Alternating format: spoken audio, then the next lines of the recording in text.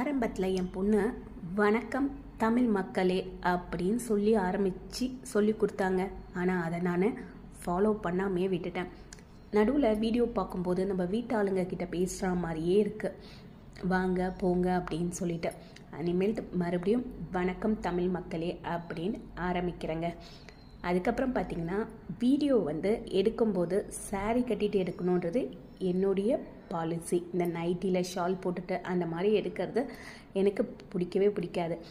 ஆனால் உண்மையாலே பார்த்திங்கன்னா நைட்டி தாங்க சூப்பர்னு சொல்லலாம். ஒரு கவுன் மாதிரி ஃபுல்லாக கவர் பண்ணியிருக்கு. ஆனால் இந்த saree கூடலங்க கையை நம்ம தூக்கும்போது இடுப்பு தெரியுது.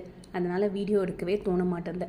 அதனால் இந்த வாட்டி என்ன பண்ணேன்னா வீடியோவை வேறு டைரக்ஷனில் வச்சு எடுத்தேன். அது என்ன ஆச்சுன்னா வலது கையில் செய்கிறது இடது கையில் செய்கிற மாதிரி பார்க்குறவங்களுக்கு தோணும். அதுக்காக தான் இந்த எக்ஸ்பிளைன் கொடுத்துருக்கேன். வீடியோவை புதுசாக பார்க்குறவங்க இடது கையில் பண்ணியிருக்காங்கன்னு யோசிக்க போகிறீங்க. அதனால தான் இந்த தகவலையும் நான் சொல்லியிருக்கேன். நேற்று வாசல் தேடி நம்ம வீட்டுக்கு மீன் வந்தாங்கங்க. சங்கரா மீன் தான் வாங்கியாச்சு. வாங்கின மீனை மொத்தமாக வறுக்க சொல்லி ரசம் வைக்க சொல்லி தான் எனக்கு வந்த ஆர்டர். ஆனால் எனக்கு குழம்பு மீன் ரொம்ப ரொம்ப பிடிக்கும். அதுவும் இந்த குழம்புல ஊறின தலையை உரியும் போது அவ்வளோ சூப்பராக இருக்குங்க.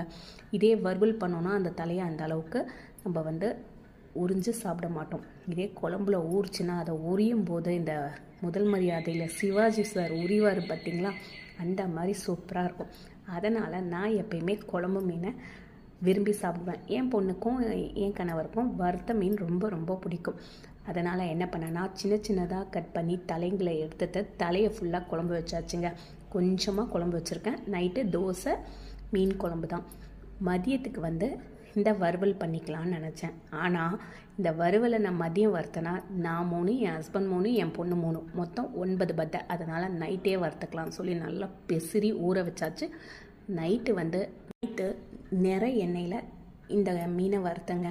எப்பயுமே தவாவில் வறுக்கிறது பழக்கம். இந்த வாட்டி என் பொண்ணு ரொம்ப விரும்பி இந்த மாதிரி ஒரு வாட்டி பண்ணி கொடுன்னு கேட்டால். ஹோட்டல்லலாம் இந்த மாதிரி தாங்க பண்ணி கொடுக்குறாங்க. பண்ணிவிட்டு அதை டிஷ்யூ பேப்பர் மேலே வச்சு கொடுக்குறாங்க. அதில் என்ன ஆகுதுன்னா எண்ணெய் ஃபுல்லாக அந்த டிஷ்யூவில் ஊறிடுது.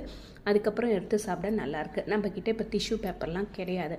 இந்த டிஷ்யூ பேப்பர்லாம் இப்போ கிடைக்கல. அதனால் என்ன பண்ணேன்னா எண்ணெயை எடுக்கும்போதே நல்லா சாய்ச்சி எடுத்துட்டு கொஞ்ச நேரம் அந்த கரண்டிலே ப்ரெஸ் பண்ணி அதுக்கப்புறம் சாப்பிடும்போது சூப்பராக இருந்தது.